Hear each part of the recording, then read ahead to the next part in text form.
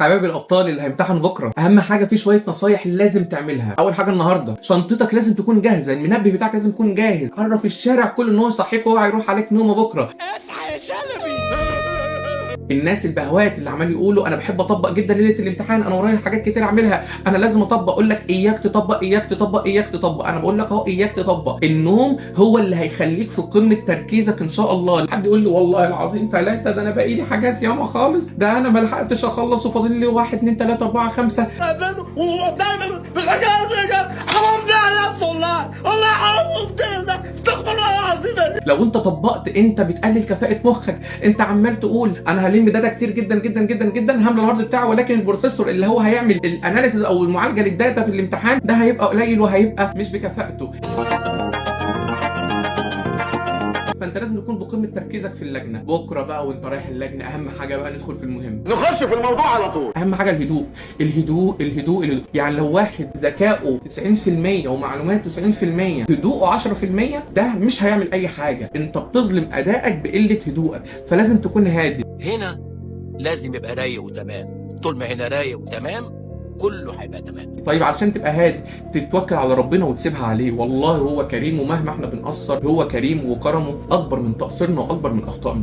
ما تقعدش تمشي مع اصحابك التوكسيك او اللي يسموا افكارك بشكوى على الفاضي، او صاحبتك التوكسيك اياها اللي تقعد تقول لك وتقعد تصيح والله انا ما راجعت، انا ما ذاكرتش كذا، انا ما ذاكرتش كذا، ده انا ضايعه. القرف ده بقى ما ينفعش كده يا حرام عليك حرام عليك. اولا لا دورك انك تسمعيها ولا هي دورها انها تشتكي لك، انتوا الاثنين بتضروا نفسيه بعض. ولا انت يا ابني عارف صاحبك المحنك اياه اللي هو بيجي لك قبل اللجنه ده ويقعد يقول لك اسئله كده من كوكب تاني او من بره المنهج ويقعد يلعب باعصابك ويبهدلك؟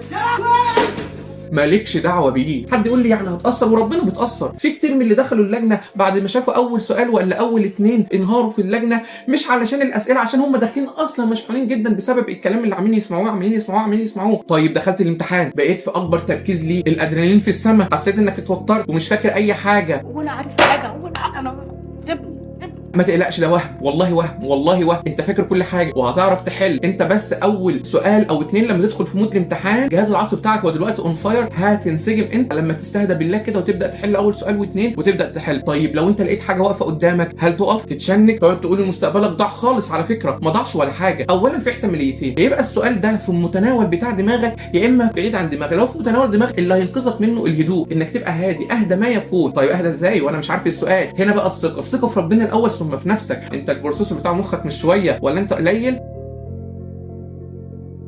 يا عم لو الامتحان تقيل ومفيش حد في الجمهوريه مثلا عارف حاجه زي دي، ما تقلقش، ده مش جاي يكلمك انت، ده جاي ينزل التنسيق، فانت ما تقلقش، هينزل التنسيق لكن مش هيضرك انت كشخص. طب السؤال اللي انت ما تعرفوش وقتها،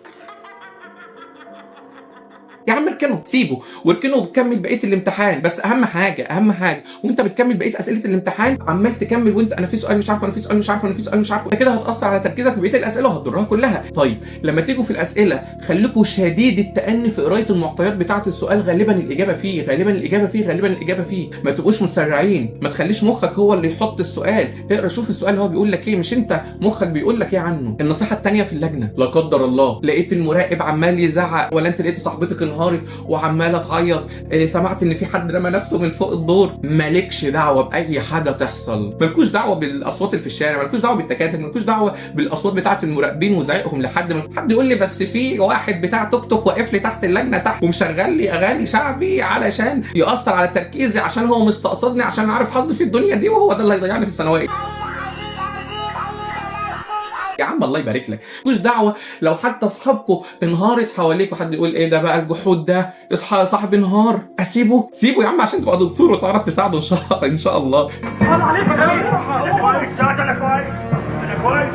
في مليون حد هيساعده. فمن الاخر خليكوا جوه كوره ازاز مالكوش دعوه، ولو العالم ده انهار انت والورقه مع بعض بكامل تركيزك ولا في اي حاجه هتاثر عليك. حد يجي يقول لي طب وصاحبي اللي معتمد عليا بيولوجيست ده، انا وهو مقسمين المنهج، هو واخد نص الماده وانا واخد النص الثاني، ازاي ابقى في حالي انا كده اقع؟ انا هدي لك كل حاجه. اهو السؤال بتاع نابليون اهو. طب اسمي لي وانا هقول. يخرب بيتك، غش لا، ما تغشش ما تغشش ما تغشش يا عم، ربنا مش هيبارك لك والله العظيم. في بركه ربنا للامر وتوفيقه ليك، ولو انت غشيت وفاكر نفسك ناصح انك كسبت درجه او درجتين، هيضيعوا منك 20 30 في ماده تانية، مش هيضيعوا في مواد، هيضيعوا في ظلم تعليم. هو ربنا عادل. طب حبايبي التانيين اللي بيغششوا بقى، مش بيغش، اوعاك تغشش حد، غش انت.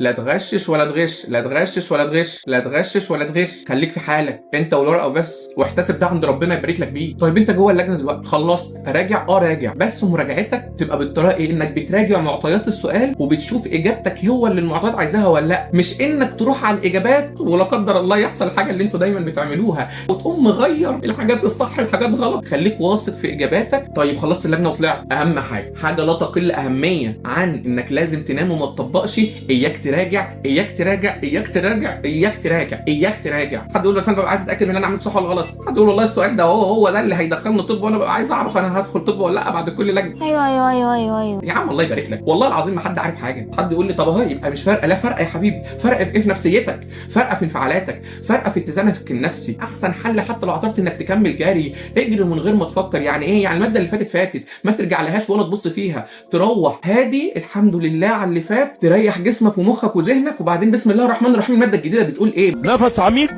شويه ميه، وابدا الجوله الجديده. مالكش دعوه باي حاجه فاتت، اللي فاتت. حد يقول لي بس انا اصحابي بيستنوني، انا الجينيوس بتاع الشله اصلا، وهم كلهم بيرجعوا لي في الاجابات، وانا اللي بقول لهم الاجابات الصح بعد كل امتحان.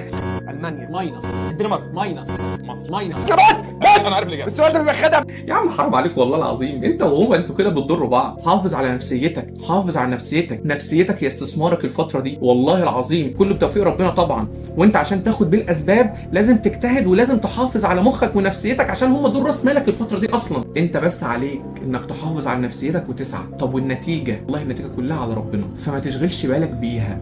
احنا بنشغل بالنا بدورنا ومش هنشغل بالنا باللي مش دورنا، دورنا السعي، النتيجه بتاعت ربنا. ادعي له بس واحسن الظن بيه، ومكانك محفوظ طول ما انت بتحسن ظنك بربنا. ربنا يحميك يا رب ويوفقك. يلا مع السلامه.